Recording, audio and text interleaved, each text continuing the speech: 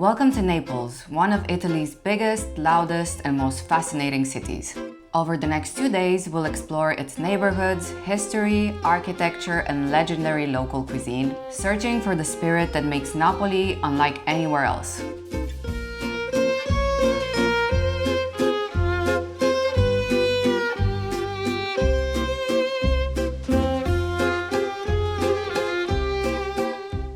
This is the first chapter of our Southern Italy series, taking us from the islands of the Bay of Naples and the Amalfi Coast to Cilento and Calabria.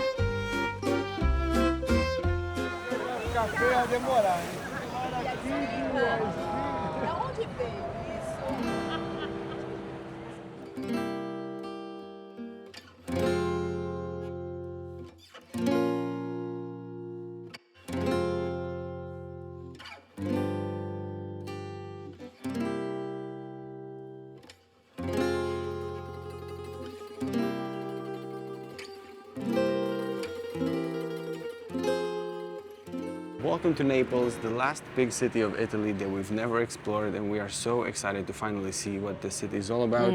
Over the next few days, we'll be walking everywhere, from the lesser-known neighborhoods to the really top touristy spots in the city. And right now, we are starting in the Spanish Quarter, actually. Yeah, so this is considered to be the most atmospheric and quintessentially Neapolitan area in Naples. So initially, the Spanish Quarter was built to house the Spanish troops back in the 16th century. But now it's just a very vibrant neighborhood. It used to be considered a bit rough, but now it's just full of restaurants and... It's definitely one of the more touristy parts of the city. There's laundry everywhere. I feel like lemon stands are a big thing. Scooters everywhere. We've been walking through the neighborhood for quite a bit now. It's very beautiful. Honestly, we could do this all day, but we are hungry. Yes. So obviously Napoli is known for its pizza, the birthplace of pizza. Which we're gonna have anyway. Yes, but not today. Not today. Right now, actually, we're going for pasta. Napoli has a big tradition. It's so hard to do this. Napoli has a big tradition in simple, poor man's type of pasta dishes. And we're actually going to a really nice traditional trattoria right now, so let's go. I love football. I've always watched it since I was a kid. But I have to say, Napoli is genuinely, it feels like, at least the Spanish Quarter, it feels like it's a dedication to Maradona. Every corner, there's a drawing, a mural, some graffiti, a souvenir shop, t-shirts, something with Maradona. It's incredible.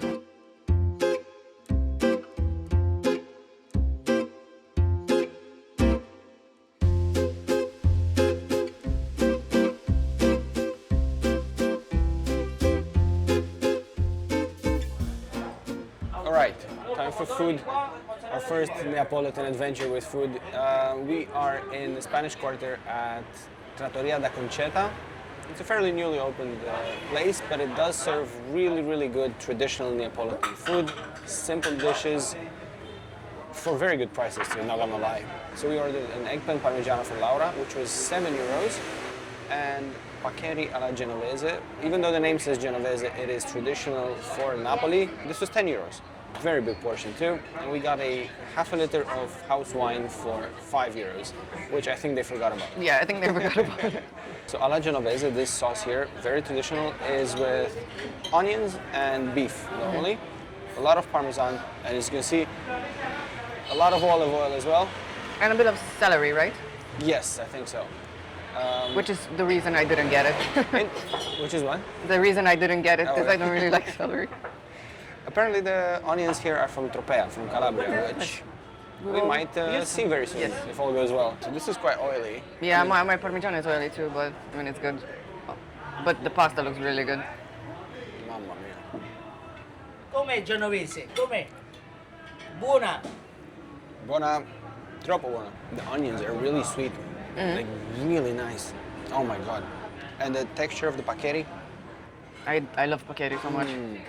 Without any exaggeration, I think this is easily top 5 pasta portions I've ever had. Can you feel the celery though? No. Okay. I couldn't help myself and I went with the Parmigiano di Melanzana. It's one of my favorite Italian dishes. And apparently its origins is kind of debated, so no one kind of knows where it comes from actually. But apparently this one, the Neapolitan one, is the best. For reference, di melanzane means aubergine parmigiano, Yes, like yes. eggplant parmigiano. Yeah, eggplant Parmigiano. And I'm very excited to try it. I'm very hungry too. It does look very good. You don't like it? It is. I think it's the best I've ever had. I like the fact that it's not too salty, because usually they are a bit salty. A bit too salty. But yeah, it's really good. It just melts in your mouth. It's so good. Oh, look at this. So good.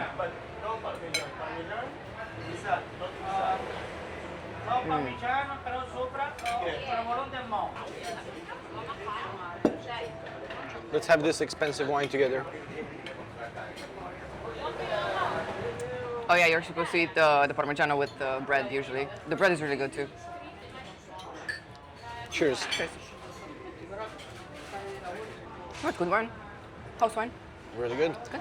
I was just thinking when we went to Rome 2 years ago, and we had that wine in the Jewish Quarter, really nice restaurant. And it was €6 for a half a liter, and I thought, oh my God, it is incredible price. Yeah.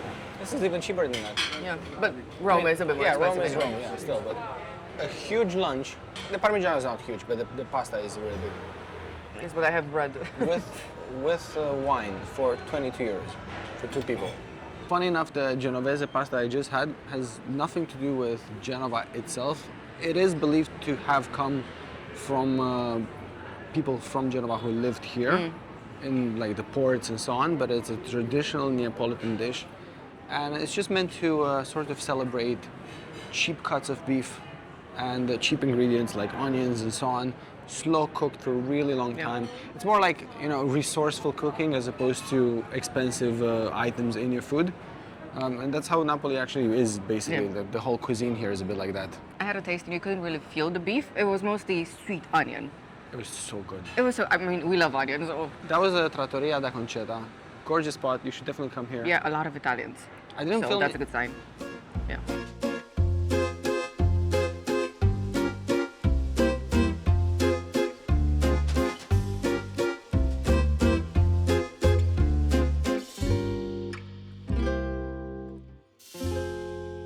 I just realized I kept talking about Maradona without saying who he was. I'm guessing many people, especially viewers from the US, probably don't know, but Maradona is considered one of the best football players in the world, and I will keep saying football and not soccer. He was Argentinian, and in the late 80s, he came to play for Napoli. Napoli is a city with huge tradition in football, very old club. Everybody here loves football and lives for football. Yeah, most Italians love football. And they had never won the domestic league, and Maradona came here, played for a few years, and won the league. So ever since then, he is known as Dios. That's why right now you see Napoli has won the league since recently, but you see murals of Maradona literally everywhere. Okay, enough with the Quartieri Spagnoli for now. We will come back. We are now entering the Toledo metro station, actually. So this is known to be one of the most beautiful metro stations in the country. But we're not just going in to visit, we're actually taking the metro for a few stops to our next destination. So €3 for 2 tickets.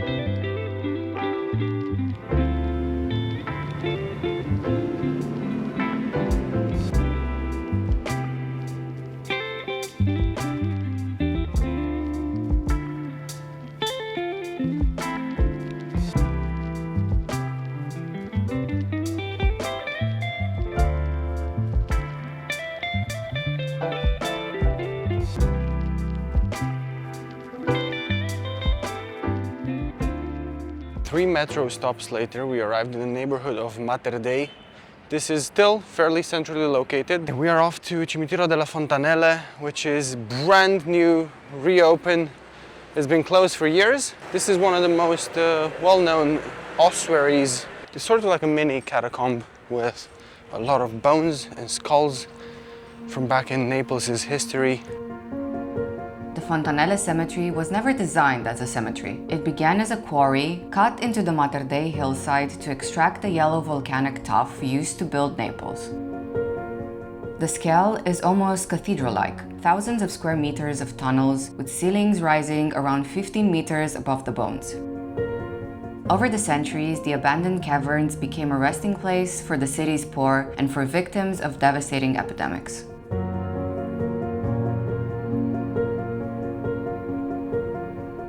In 1872, the priest Don Gaetano Barbati, helped by women from the surrounding neighborhood, began arranging the anonymous bones and restoring a sense of dignity to the forgotten dead. Neapolitans sometimes adopted an anonymous skull or cappuccella. They cleaned it, prayed for its soul, and placed it in a small shrine. In return, they asked for protection or a favor. When a wish was believed to have been granted, the skull was thanked with flowers, rosaries, jewelry, and a more elaborate resting place. This unusually polished skull is Donna Concetta, known as the head that sweats. Moisture from the cave was interpreted as a sign from purgatory, and women often came here to ask for help with conceiving children.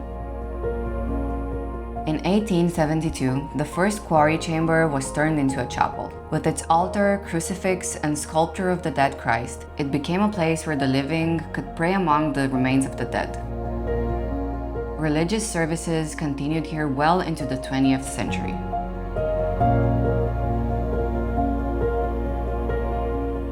This eerie group of 3 crosses is known as the Tribunal.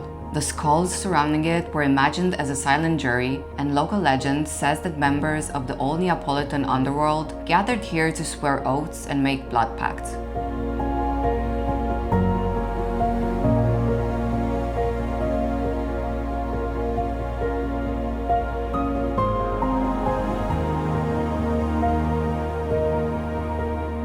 Here, femurs and other large bones belonging to the poorest people were carefully arranged almost like architectural decoration around the statue of Christ. This remarkable order was created by the neighborhood women who worked as volunteers.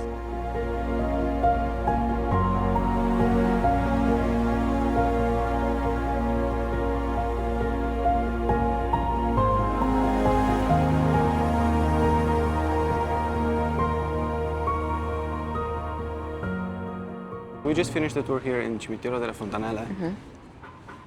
Absolutely outstanding. Stunning. I didn't imagine it would be so grand and the cave walls so tall. This is a great place if you want to come in early in your trip to Napoli to understand the city a little bit better. The way it was back in the day, people would adopt bones and skulls of... Unclaimed, basically. Yes, unclaimed. People who died. Unclaimed remains and people who were essentially poor. Because apparently the plague here in the 17th century killed 250,000 people. And on top of that, there was cholera outbreaks all throughout the 19th century. Yeah, I mean, mortality rate was very high back then anyways. And there were wars as well, so many unclaimed bones. People would adopt them, and by that I mean they would come in, clean them, polish them, decorate them, set them on pillows perhaps, and then in return they would ask for favors, be that health or love or even like lottery numbers, things like that. And if the wish was granted, then you see examples, as we've seen many inside. They would place them inside marble cases or glass cases or just like simple decorations. And they would decorate them with the rosaries, all sorts of jewels, I guess. Yeah. And, However, this practice has been banned by the Catholic Church, I think, late in the 20th century, so not too long ago, because they said this is, I think, something like it's not selfless enough for what they want to stand for, and they're not okay with people praying with an end goal. Yeah. Okay. But anyway, it's a very interesting story of history and religion and survival, because people were so poor and they just needed any level of hope. Quite interesting, I like that. And it's just very solemn and serene. And one thing I really liked was the fact that the guide really told us at the end, make sure you spread the word, speak to friends and family, and they were actually happy to see us filming and taking photos. So, yeah, definitely a great place to come. Yeah, it was a small group. It wasn't rushed, very interesting. You had an audio guide. Yeah, really, really. I mean, enjoyed it, not in a Yeah, yeah. enjoyed it, but it was very interesting. Yeah, and it's a great way to understand the city. Yeah. So now we are obviously in the neighborhood of Materdei, as we said. This is right off the main road. And on the other side of the road, we have Rione Sanità, which is another historic neighborhood of Naples. Used to be a rough place. Now apparently it's much better, nicer, still working class very much.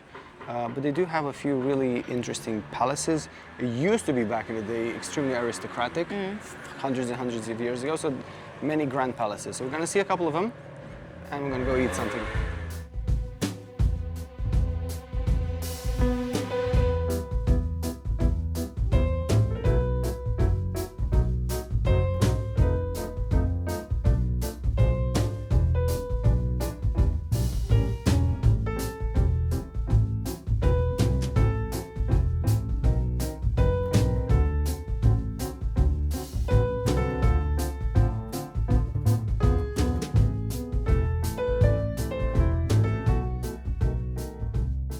We're still in Materdei. We're on our way to Rione Sanità. We just passed Starita, which is a really old traditional Napoletano pizzeria, opened in 1901 and was also featured in a movie with Sophia Loren.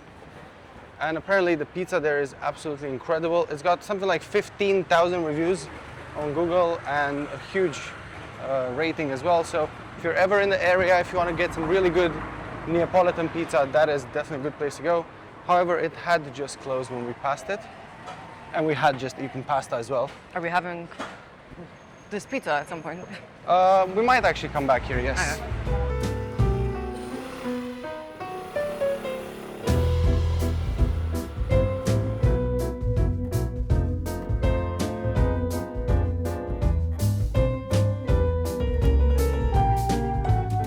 Built in 1728 by architect Ferdinando Sanfelice as his own home, Palazzo Sanfelice is famous for the dramatic open staircases hidden within its courtyards. We are in Rione Sanità. This is an extremely local neighborhood. It used to be very, very grand and aristocratic. As you can see, this is apparently called Napoleonic Baroque. Very beautiful facade. So this neighborhood from the outside, you got narrow streets, you got scooters, as you can see, it's insane. You would never think that this is behind the door. This is called Palazzo Sanfelice. 5 minutes away we have Palazzo Spagnolo, which is similar, you'll see, but very beautifully painted. It's like a before and after, you'll see. And then we have some really good pastries to eat.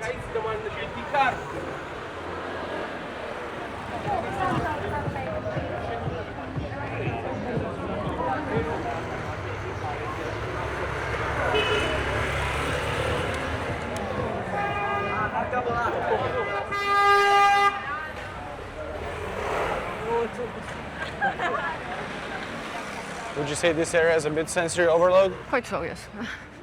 It's quite crazy, isn't it? Yeah. There's scooters everywhere. It's genuinely a combination, this area specifically is a combination between Genoa, Palermo and Bali. Yeah. It's a bit of each. Because sidewalks are a bit lacking as well. Yeah. There's a lot of scooters, similar to Bali probably. A lot of honking.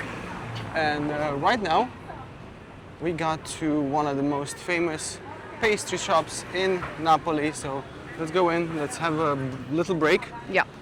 A bit of a refreshment, some water as well. See. Ready? Yeah. And some sweets, of course. Off we go.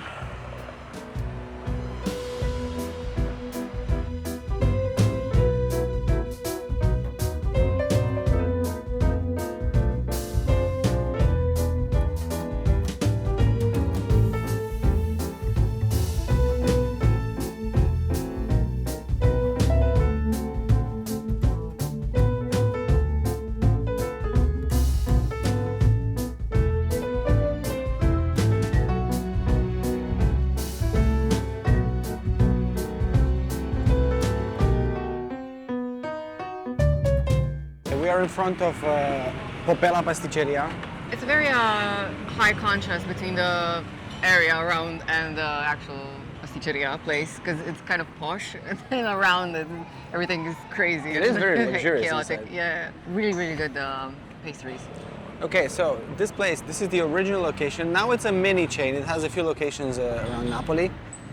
But this whole thing is actually a really beautiful old story. So Ciro Poppella, the owner and pastry chef of, the initial Poppella, this is from 1920s. He was one of the few success stories that came out of Rione Sanità, and he was, businesses like his were what really rose this neighborhood out of poverty. And it's very respected in the area, of course, and the pastries are top quality. We had what he actually invented, the Fiocco di Neve, which means snowflake, and it's this really light and soft pastry. It's like a cloud. It's a cream inside, Very light cream. between normal cream and mascarpone. And a It's bit just- of butter and I don't know. It's very just good. incredible, so delicious, and with the softest powdered sugar Yeah, on top. yeah. We had that one. We had the Fiocco di Neve Realisco. That's the one that looked like a tiramisu, and actually it was a reinterpretation into a tiramisu. Yeah, that actually had mascarpone cream inside. Exactly. Yeah. And that's like the modern version of it. And then we had the third one, which was baba, which We we've had- had it in. Paris, yes. Yes. But it's very traditional here as well. Yeah, so it's basically like a sponge cake kind of consistency and it's infused with the rum. Yeah. Very good. We had 2 glasses of wine as well, very good. Initially, they said it's €1.50, but it was five. 5 a glass. Okay, but it was good. The local wine, the white wine here, called Falanghina, it's very good, very fresh, Yeah. very citrusy. It's honestly one of my favorites so far in Italy. Yeah, I always go for the local one wherever you go. This is our first day here in Napoli, and the service is really, really good. Everyone's very friendly, very nice, very smiley. Yeah. Yeah, I really like it so far. And it's a very real town. I don't know how to explain it. It's got really beautiful parts, more gritty parts as well, but so far, honestly, the only dangerous thing I've seen here is the food. Like, I could probably have too much. Like, that's really I it. thought you were going to see the scooters, but even the scooters avoid you. They're mean- very careful. Yeah. No, We- yeah, the food is a problem. Yes. So. The food's the only dangerous thing, honestly. We've got a few more places, and the contrasts are continuing. We're going to the palace, and then we're going to a even more luxurious place in the same neighborhood, or like very close.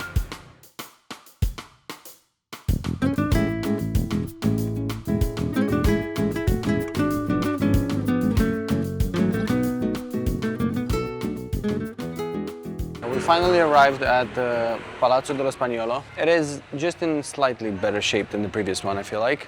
So we it's think not- it was photoshopped in other Google No, images. it's extremely pretty. Yes. The colors are not as vibrant as we saw them online, but it's really beautiful. Yeah, it is. It's still incredible to me that in a neighborhood that 10 years ago was definitely not advised to come in. Right now, you can walk freely everywhere. It seems extremely safe. And you've got this incredible historic beauty everywhere. We were just saying that in most places in Europe, a lot of areas that were dangerous like 10 years ago, now they're kind of up and coming. Yeah. It's kind of a trend, I feel like.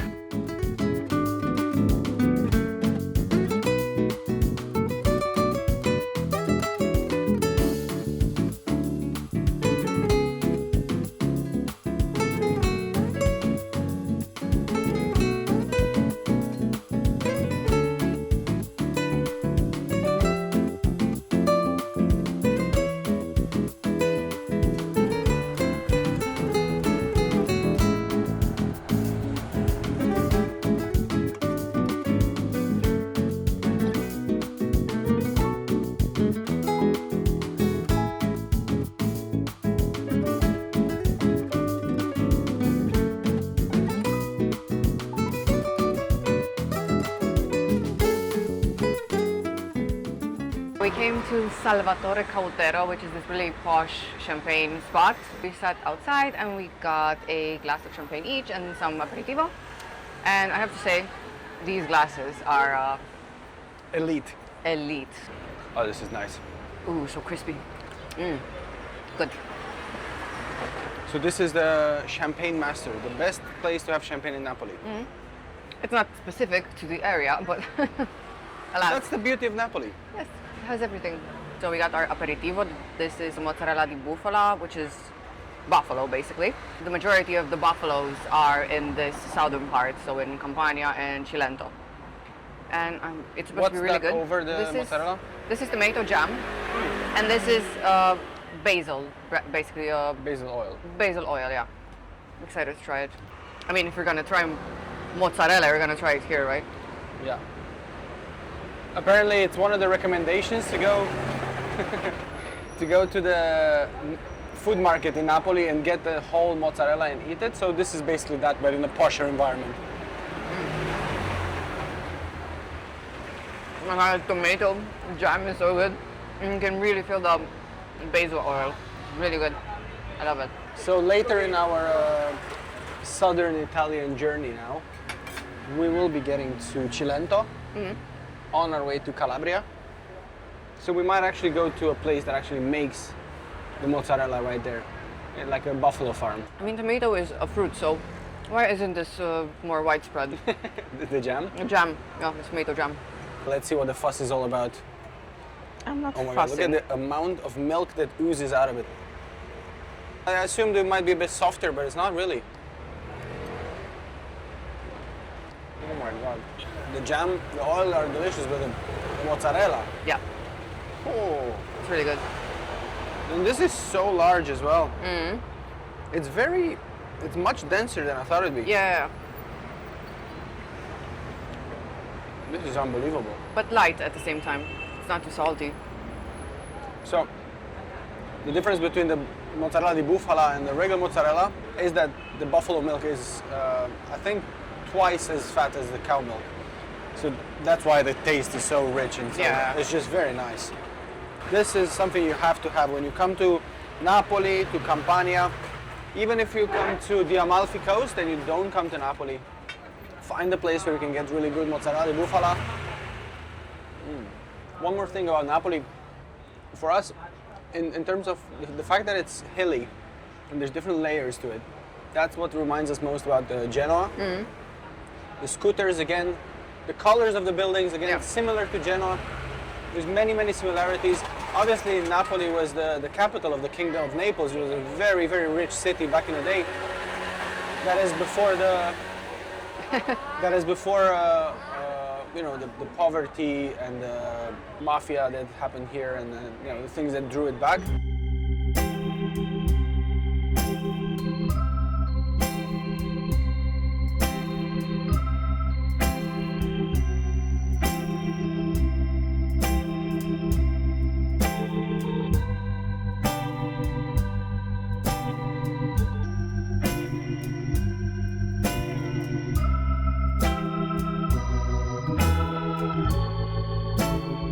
Naples is spread across a series of hills. On our way to the waterfront, we took a few short detours to get some panoramic views over the city and towards Vesuvius.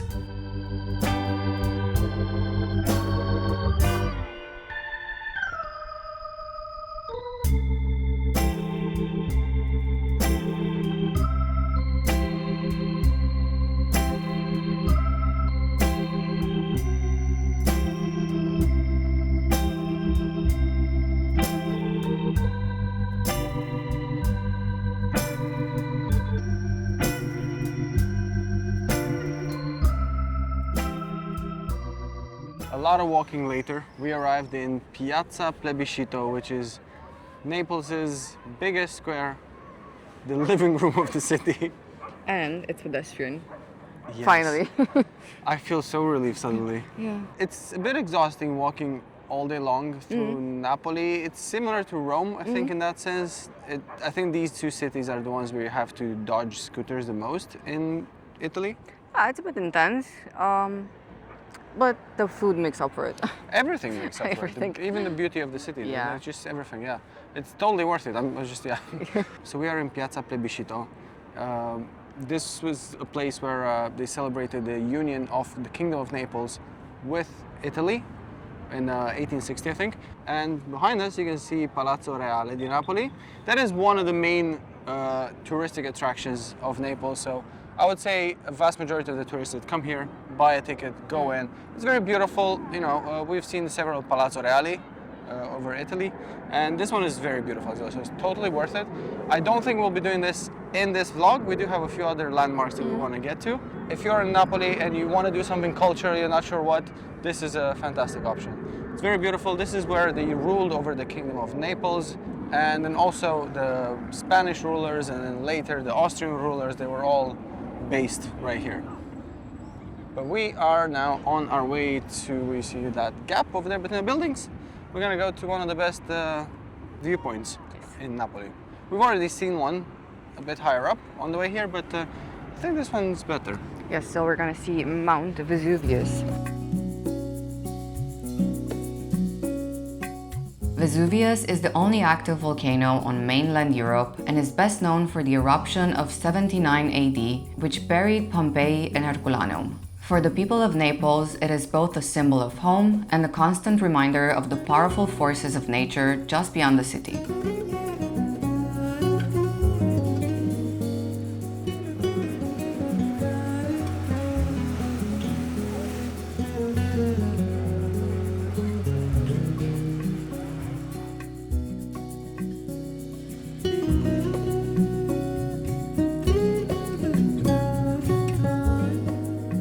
On a clear day, the view from Naples' waterfront stretches across the bay to the coast of Sorrento, with the islands of Capri, Ischia and Procida visible on the horizon.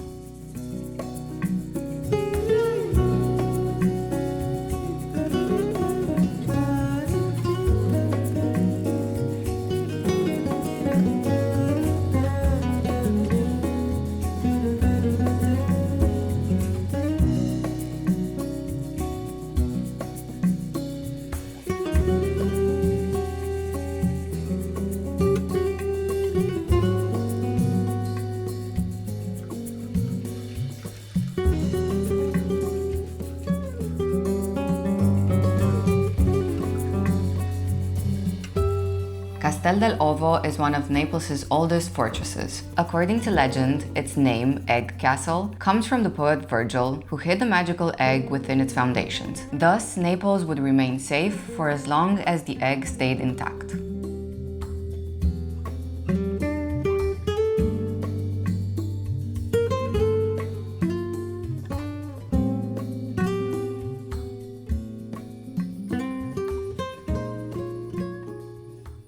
Victoria is very excited for this. We came to Antica Friggitoria alla Maradona. Is that correct? Almost. That was good, that was good. So they're responsible for creating the fried pizza. They created it right after the Second World War in 1945. And it's basically fried pizza. Yeah, fried pizza. So tapping into the whole identity of Napoli today, this is another very creative way to make cheap, delicious food. So apparently during the Second World War, many of the wood-fired ovens were destroyed in Naples. So they had to make pizza somehow, so the only way they could do it was to actually fry the dough. And yeah, they did this in 1945 and it just picked up. Yeah. And everybody loves it right now. Yeah. It's similar price to normal pizza, I would say. It's about 9-10 euros for a big one, and you can also get half. Yeah. And we got now one normal size and one half, and we'll just share them. It's mostly a thing in Naples, right? Oh, I yeah, haven't yeah. seen it in other parts of Italy. We had it in London at some point once. Oh yeah, we did. It was really good. It was in a food market. Yeah. We also got a Birra Moretti Rosa, a red one, which you'll probably love as well, and another glass of Falanghina. Oh, this is the best. Oh, you'll love this. It's just a little bit sweeter and a bit stronger. Ooh, it's good. Yeah, it is sweeter than normal red beer. But it's good. Well, this is going to be our last stop of the day and our final dish of the day. It's about time we stop eating for once.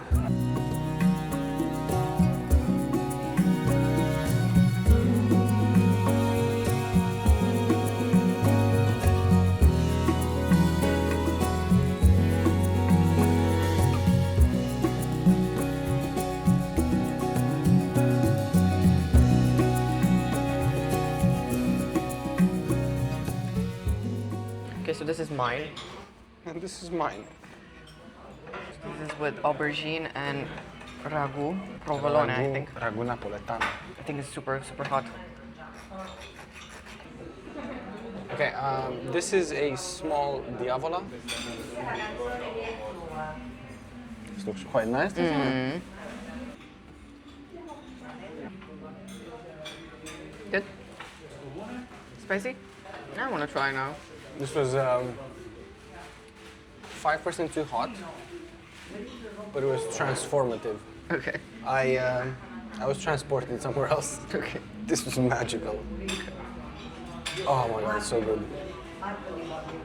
You said that the other one's not salty enough. This one might be a bit too salty. We can combine the two. This is one of the better street foods I've ever had. Although it's in a restaurant now, but like... The dough is really good. For anyone who's been to Puglia, it's similar to a panzerotto, which is very, very, very flavorful. I really like it. And for €4 and a bit, come on. Good. Thank you very much. Hey, Thank you very much. we got half of that only. You can have mine. But that is a whole pizza that I did not ask for. Yes, you did. It tastes like fennel. The salami is really good.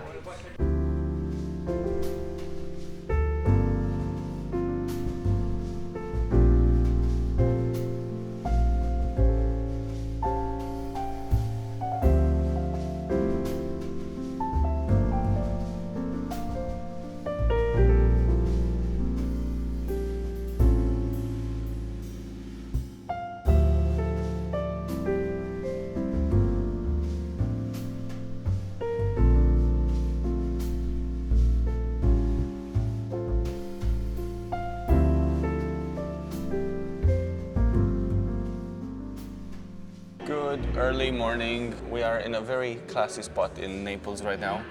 We came for coffee and some tiny pastries before we start our day. So basically a typical Italian breakfast with Yes. some pastry and coffee. We are on the side of a really nice art gallery apparently. They even have Caravaggio. The cafe is super classy looking, the inner courtyard. Very grand, right? So we got cappuccino, one each, and then we got the orange juice, and I got myself a cornetto with chocolate.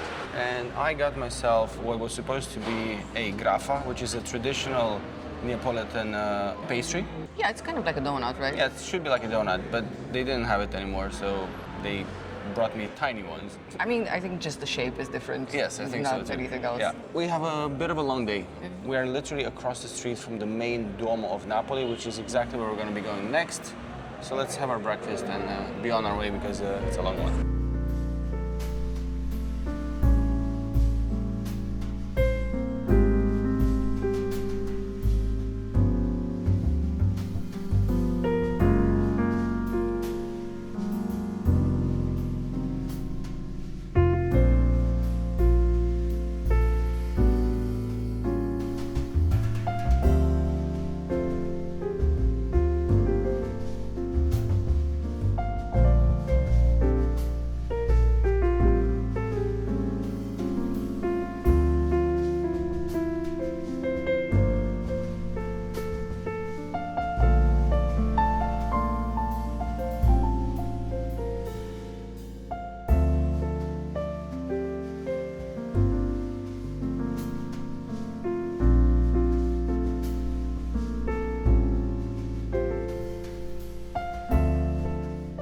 Welcome to Duomo di Napoli. Very grand building, as you would assume. It's a construction from the 13th century with many different architectural styles. And it's dedicated to San Gennaro, the patron saint of Naples. There's one of the chapels over here to the side where allegedly there are his blood remains. And every year, I think about 3 times, people of Naples gather here to witness the miracle of the liquefying of that blood. And that is supposed to give them hope and, all the good things, I guess. Definitely worth coming here. It is very impressive, very well kept. And also there's a beautiful crypt that's worth seeing with so much beautiful marble decoration. Yeah, the marble carvings and the color combinations are so beautiful. And it's free. You don't have to pay to get in. And it's not overcrowded.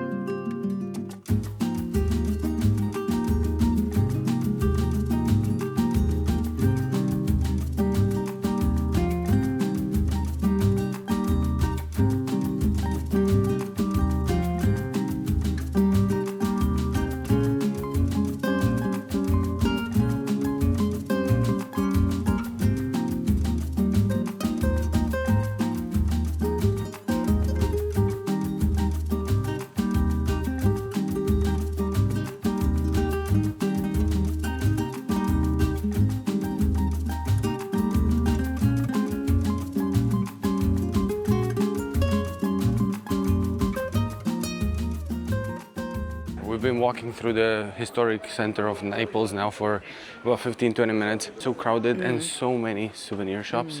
We are in Presepe now, that's what the street is called. And it's known for the many, as you can see here, sort of like nativity scenes that they sell, but it's also very personalized to Naples. So you see things like little figurines putting pizzas in the oven, very animated. You got the blacksmith and you got a guy who's making Wool out of like all sorts of craftsmen as well. So the nativity scenes here contain sort of like local figurines as well, and it's full of pulcinelle as well, which is this little other figurine with the black mask, and this comes from I think medieval times, part of the local theater scene. Look here. Yeah, literally everywhere. Look at this. In all fairness, I've looked around a bit. Prices are definitely not too high here, even for the like really well-crafted ones. And there are a few artists who make like really good stuff. So realistically, in old towns, these streets may seem sometimes a bit tourist trappy. Yeah. This is, I think, just touristy. I wouldn't say this is a trap. And they're not kitschy. They're actually well made and like tasteful a bit. And they're unique to Naples, I think. So it's, if you're around here, you want to get something for your loved ones, not a bad spot.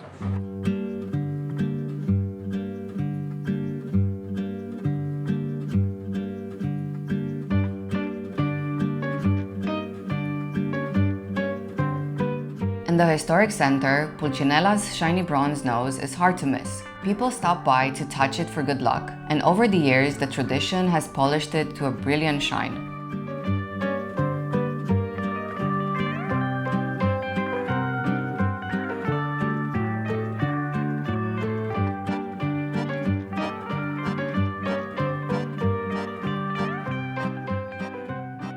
As per usual, we stopped by a ceramic shop and we got a Christmas bauble. It's handmade. It's really cute. They had a lot of really nice stuff, but sadly, we have a baggage allowance, so... So which one did you choose? What does it say? There were two of them. I think I got the Do What You Love. The other one was Live Happily or something. But in Italian? In Italian, yes. But it's really nice.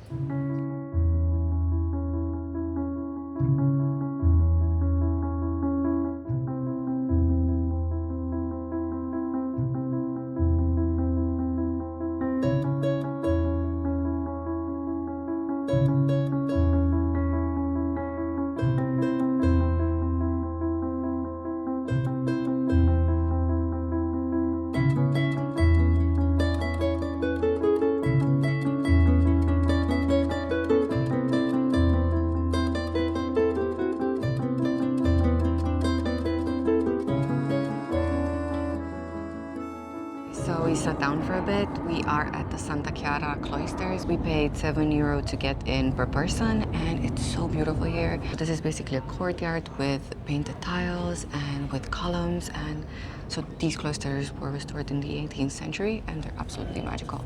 And there's also shade here. Yeah, I love it. Really nice. We are. This is basically a complex with the cloisters and the church next door. The church has been restored, I think, Gothic, if I'm not wrong. It's closed right now because it's always closed between lunch and dinner. But we came here for the cloisters specifically. They're fairly unique. I have not seen this before. Again, it's the same type of beautifully painted tiles. Yeah, very colorful. Like Taormina. Yeah, like Taormina. We have orange trees, we have lavender.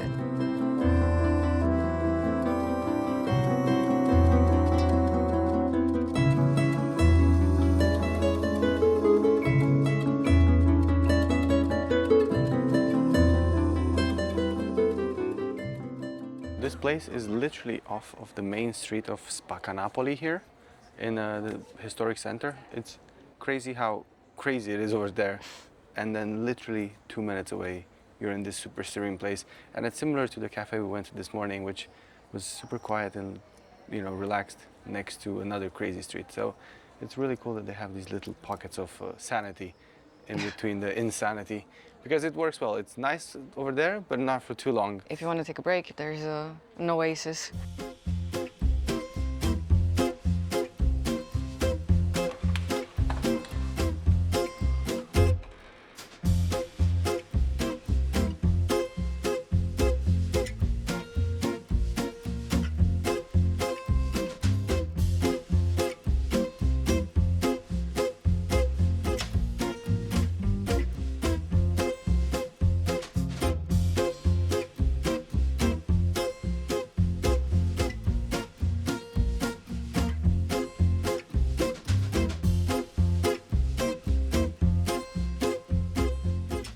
Okay, so it's that time of day when everything closes.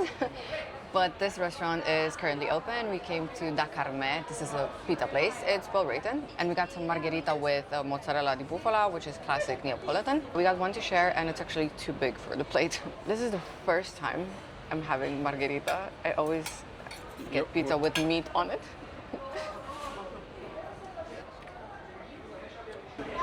It's good. I mean, mozzarella is really good. It's so simple and so tasty at the same time. Happy? And the dough is really good. This is also my first time ever having pizza margherita. And the buffalo mozzarella is really, really good. And it's light, right? It's not heavy. It's so light. And it's really well priced. I mean, this was like €7 or something, this whole pizza.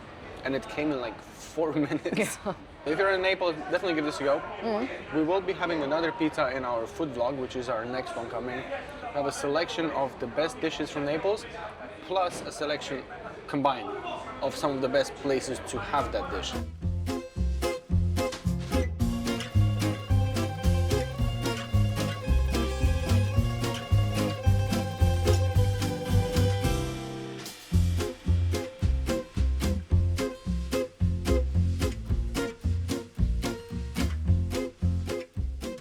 We left the pizza place, which was fantastic. If you are in Naples, definitely get a pizza. And if you are not in Naples, come to Naples.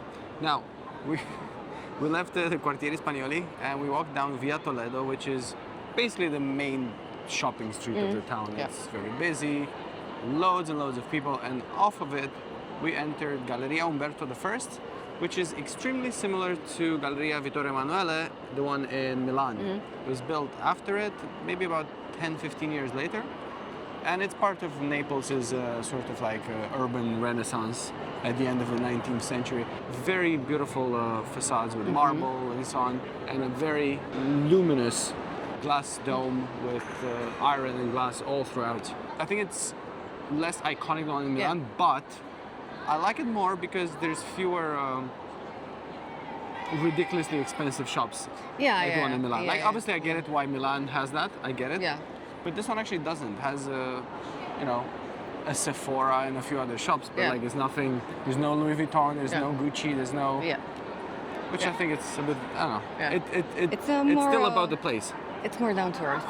Exactly. But it's very similar to the one in Milan, looks-wise. You ready for our next adventure? No.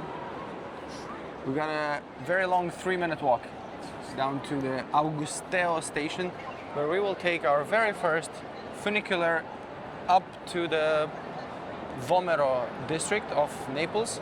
This is a beautiful residential area, and it's gonna be probably our best viewpoint of the city so far.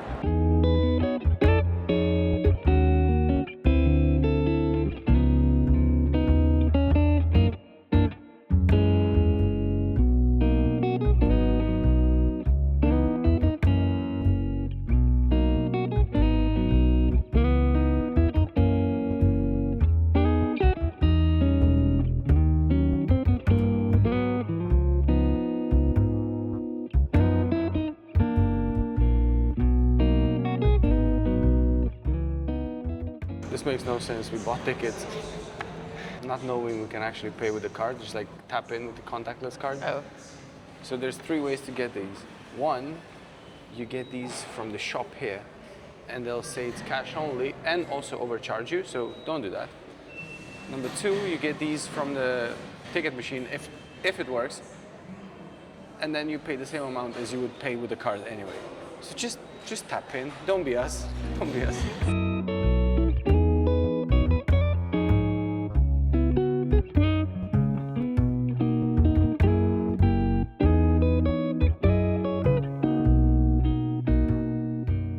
Vomero is a hilltop residential neighborhood that grew rapidly as Naples expanded in the late 19th century. The funiculars connected its elegant new streets and villas with the busy city below.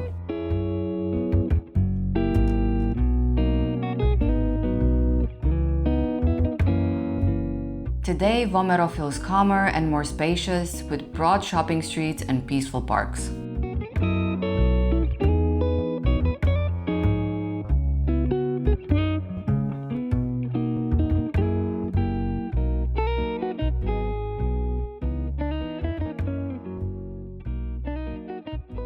We made it to the viewpoint. It's 5 degrees cooler up here. And a bit cloudy. We took the funicular to Norway. But you can see Mount Vesuvius and the whole city of Naples. Yeah, it's a stunning view. It's fantastic view. You get to see all the neighborhoods where we went yesterday. It's a great spot to come because, well, it's free. You only have to pay €2.60 to come here for 2 people with the funicular. Yeah, so it takes 5 minutes with the funicular and then you have to walk for about 10 minutes. So it's pretty easy to get here. Or you can take the stairs. You can take the stairs That's free. as well, yes. So this Belvedere point, the San Martino, this is located at the foot of Castel Sant'Elmo, an old fortress built in the 13th century initially and then redone, and now it's pretty uniquely star-shaped. And you can pay for a ticket to do a whole tour of the castle and actually walk up there on the ramparts. You can actually see some people there. I think you get a great viewpoint You from get up there. 360 from up there. We're going for aperitivo, Yes, we are.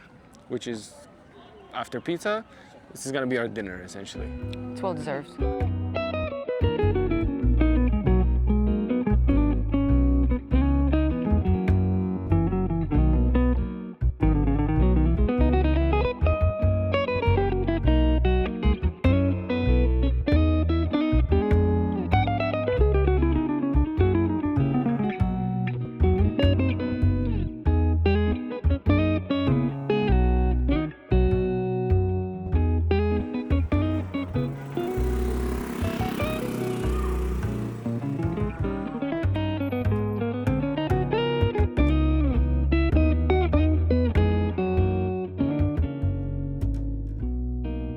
Okay, so we are at Spuzzule Winery.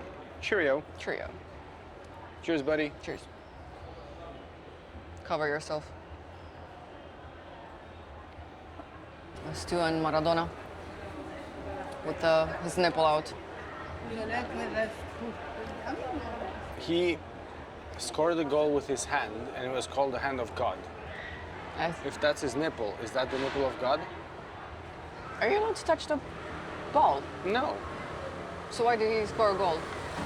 Question is, why was it not disallowed? Yeah, because if you touch it with your hand, then you kind of... No, it doesn't count. I agree. Favoritisms. I know. So is that God's nipple? I don't want to think about it. This is a red craft Neapolitan beer, and that is a local winery, their winery. House wine.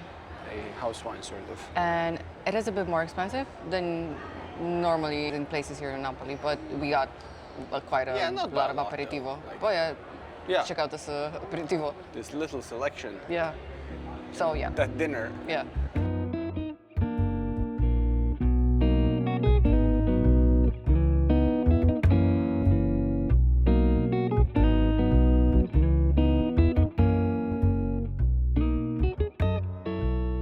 Okay, we're back to where we were yesterday. The viewpoint of Vesuvius on one side and a bit of sun and then a lot of clouds. And then Cilento and Calabria behind us somewhere. Beautiful location, perfect spot to end today. Overall, not a surprise, but I really liked Napoli. Yes, it's very, very vibrant. Has so much personality. And I'll be honest with anyone who's watching this, I do not understand all the bad press and bad reviews that Napoli has ever gotten. Is it a perfect city? Absolutely not. Is it a bit gritty sometimes and maybe a little bit dirty in parts? Absolutely. But it's just a fantastic city overall. What city is perfect at the end of the day? Yeah, I feel like same as Palermo, you have to have a bit of a sense of humor and, I don't know, be chill to actually enjoy it. And It's just a beautiful city. It's real life. It's real people who live here. Yeah. And it's a city that has had so much hardship over the years. Yeah, the service is amazing. People are very warm here. Sometimes I even still have this Eastern European thing where I don't understand why someone's being nice to me. But You think they're out to scam me or something? they have to get me. But genuinely, like the Neapolitan people so far, everyone very we've warm. ever interacted with here is super nice. Yeah. So with that in mind, we're gonna spend a few more days here. We still have another 4 days, I think, in Naples. We're gonna film a food vlog, and then we have a few day trips planned, and only after that we're leaving this nest we've gotten here. So thank you again for watching this video. Don't forget to like the video, subscribe to our channel, and we'll definitely see you in the next one. Naples or around. If you want to check out the apartment we rented while in Naples, we left the link in the description of the video.